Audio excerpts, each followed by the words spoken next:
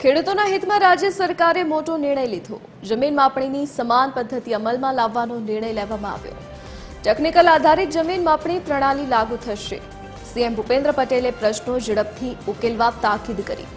7 કેટેગરીમાં જમીન માપણીની સમસ્યા નિવારાશે। દરેક જિલ્લામાં કલેક્ટરની અધ્યક્ષતામાં કમિટીની રચના કરવામાં આવશે।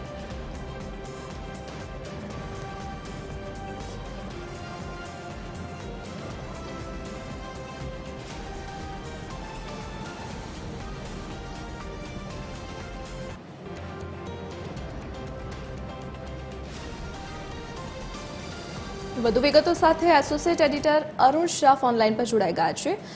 જે અરુણ, ખેડૂતોના હિતમાં રાજ્ય સરકારે મહત્વનો નિર્ણય લીધો છે, શું વિગત?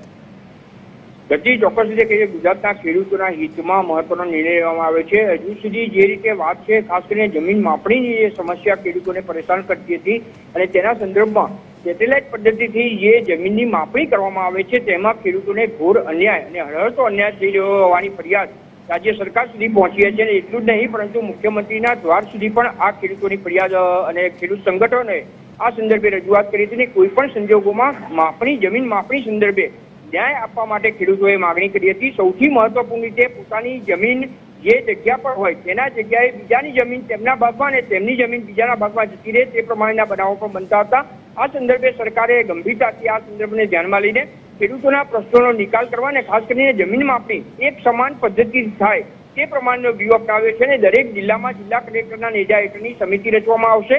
સ્થળ ઉપર જઈને આ સંદર્ભેની માપણી ખાસ કરીને કલેક્ટરથી શરૂ કરીને મામલતદાર સુધીની જે સમિતિ રચવામાં આવશે તેના દ્વારા અને તેમની હાજરીમાં આ સમગ્ર સ્થળ ઉપર જમીનની માપણી કરવામાં આવશે। તેમજ જે રીતે જમીનની માપણી છે એક સમાન ધોરણે થાય ને તમામને સરખો ન્યાય મળી રહે તે પ્રમાણેની પદ્ધતિ અપનાવવા માટેનો નિર્ણય અત્યારે સુધીમાં કરવામાં આવ્યો છે અને આના સંદર્ભે કલેક્ટરને આખરી સત્તા એટલે કે જે પણ રજૂઆત થાય સ્થળ ઉપર જઈને જે રિપોર્ટ આવે તે કલેક્ટરને આપવાનો રહેશે અને કલેક્ટરના નિર્ણયના આધારે આખરી નિર્ણય ખેડૂતોના હિતમાં લેવામાં આવશે। તે પ્રમાણે સૌથી મહત્વનો નિર્ણય મુખ્યમંત્રી ભૂપેન્દ્ર પટેલે જાહેર કર્યો છે અને આ સમગ્ર નિર્ણય ખેડૂતોના હિતમાં રહેશે। જી અરુણ, વિગત બદલ આપનો આભાર।